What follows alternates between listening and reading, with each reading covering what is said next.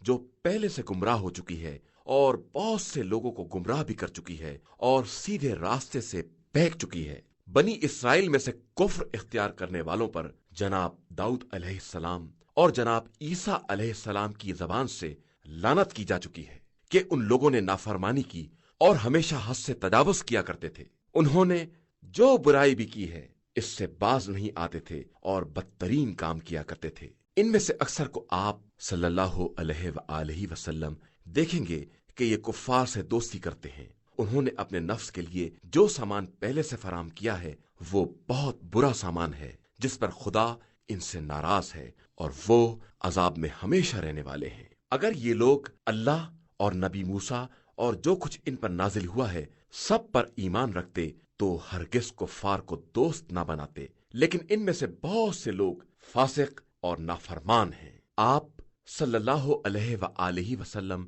دیکھیں گے کہ صاحبان ایمان سے سب سے زیادہ عداوت رکھنے والے یہودی اور مشرک ہیں، اور ان کی محبت سے سب سے زیادہ قریب وہ لوگ ہیں جو کہتے ہیں کہ ہم نصرانی ہیں۔ یہ اس لیے ہے کہ ان میں بہت سے قسیس اور راہب پائے جاتے ہیں اور یہ متکبر اور برائی کرنے والے نہیں ہیں۔